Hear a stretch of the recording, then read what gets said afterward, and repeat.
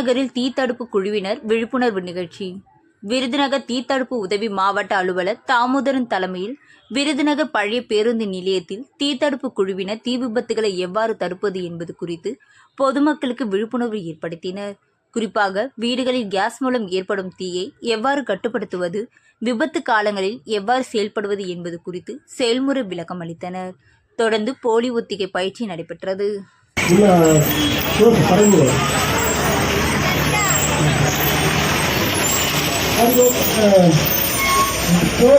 சாக்கு இந்த மாதிரி இருந்துச்சுன்னா அதை சொல்லுங்க.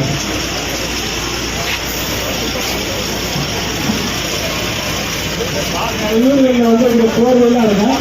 நம்ம ஈரப்பணியில் பேச தெரிஞ்சு நல்லா நடத்திக்கிட்டு இப்படி இந்த மாதிரி அரசு ஆக்கணும்.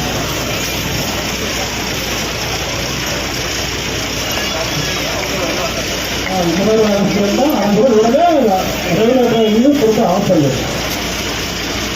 இது வந்து உடல்களில் ஏற்பது 2000 சிலிண்டர்